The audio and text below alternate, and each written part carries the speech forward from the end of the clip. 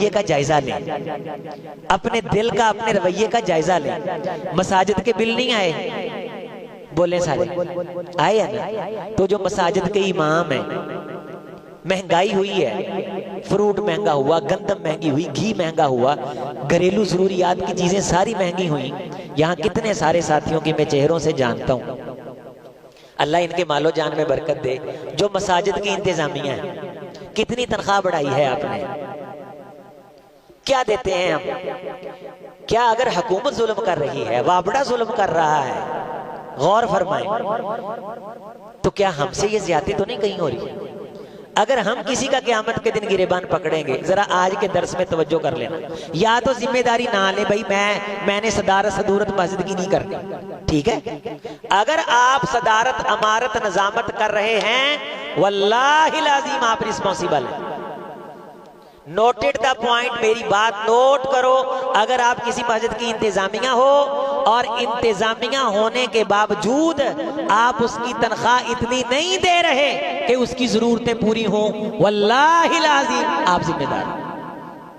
या तो आप कहो भाई मैं नहीं, ऐ भाई नजामत, आप भई ये सदारत, आप भई ये इमारत, भाई ये मसीद दे कोई दो चार बंदे होर सांभ लैन, मैं क़यामत वाले दिन रब दे दरबार च आप दा गिरेबान नहीं खचवाउणा। कितने इमाम हैं, खतीब हैं आपकी मस्जिदों के अंदर परेशान।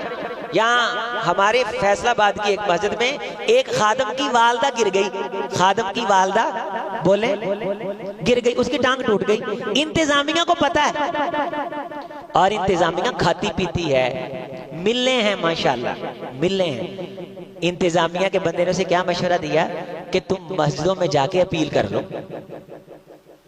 मस्जिदों में जाके क्या कर लो, अपनी मां की टूटी टूटी टांग के लिए क्या करो।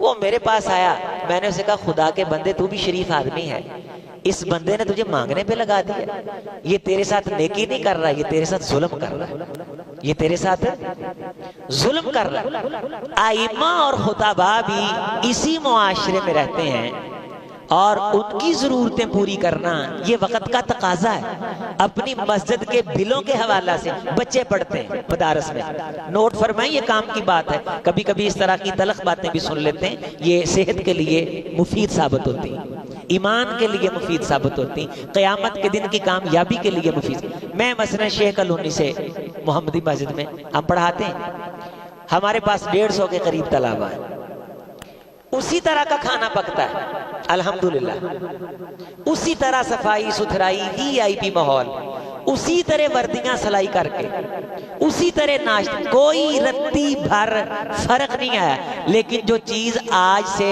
2 साल पहले हम मसलन 30 रुपए की खरीदते थे, अब वो 90 रुपए में मिलती।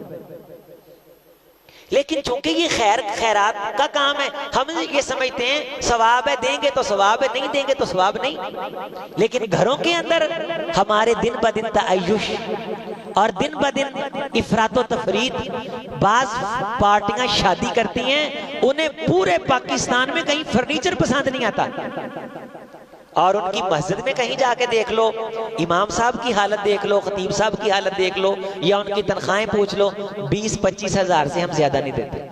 जुमे वाले बंदे जो हैं ये राग रूग सुना के, टूने टाने सुना के, ये कोई 25-30 हज़ार रुपये ले जाते हैं। जो मुस्तकिल हमें नमाजें पढ़ाने वाले लोग हैं, उनके घरों की कैफियत क्या है, उनके घर में अगर कोई बीमार पड़ा उसकी कैफियत क्या है, वो किस सूरत हाल में है। हमें इससे कोई गर्ज नहीं, हमें ये गर्ज है कि टाइलें नहीं लगनी चाहिए और AC जो है ना वो फुला कंपनी के होने चाहिए, और जनाबेली इधर से काम करके इधर कर देना चाहिए, इधर वाला उठा के इधर करना चाहिए।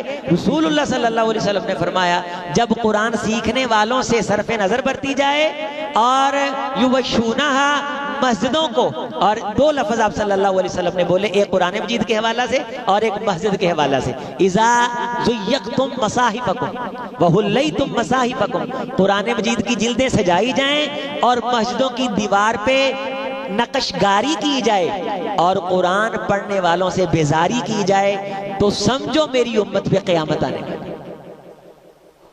ज़व्वक़्तुम मसाजिदकुम, ये हदीस है, ज़व्वक़्तुम मसाजिदकुम व हुल्लैतुम मसाहिफ़कुम। लेकिन कुरान मजीद सीखने सिखाने से, इस ताल्लुक से बेजारी की जाए, मस्जिदें सजाई जाएं। क्या बात है, साड़ी मस्जिद जाके देखो, वहां का एसी देखो, वहां के नक्शो नगार देखो। अगर इमाम साहब आपसे खुश नहीं है, आपका इमाम हुक्मरान नहीं है, आपका इमाम वो है जो आपकी मस्जिद में आपको नमाजें पढ़ाता है। अब हुकूमत में कौन है जो जिसे हम इमाम कहेंगे? तो मेरे अजीज, मेरे भाई, ये बात करने का मकसद ये है कि हम सब ने अपने रवैयों पे गौर करनी इंशाअल्लाह। जो हमारे पास काम करते हैं उनकी इस मजबूरी की कैफियत में हमने उनके काम आना है। अव्वल ख्वेश बाद दरवेश, अपने मजदूरों मुलाजमों से आगाज करना है, अपनी मस्जिद से बेहतरी का आगाज करना है। यकीनन अल्लाह नरम दिन हम पे मुसल्लत करेगा, हमारे निगरान हमारा ख्याल करेंगे, हमारी हुकूमतें हमारा ख्याल करेंगी। अल्लाह हमें अपने से निचलों पे नरमी करने की तौफीक दे, हमसे ऊपर वाले हम पे नरमी करेंगे। अल्लाह ताला पाकिस्तान के हालात दुरुस्त फरमाए और ईमान की हालत में हमें जिंदा रखे, ईमान की हालत में अल्लाह ताला लेके जाए। अल्लाह की रहमत से मायूस नहीं होना, इस्तिग़फ़ार ज़्यादा करें, दुआ करें, इस तलखी के मौके पे ज़्यादा सदका खैरात करें। अगरचे मुश्किल नज़र आता है, लेकिन मुश्किल वक्त में सदका खैरात करना मुश्किलों को दूर करने का ज़रिया बनता है। सुबहान रब्बिका रब्बिल इज़्ज़ति अम्मा यसिफ़ून व सलामुन अलल मुरसलीन वल्हम्दुलिल्लाहि रब्बिल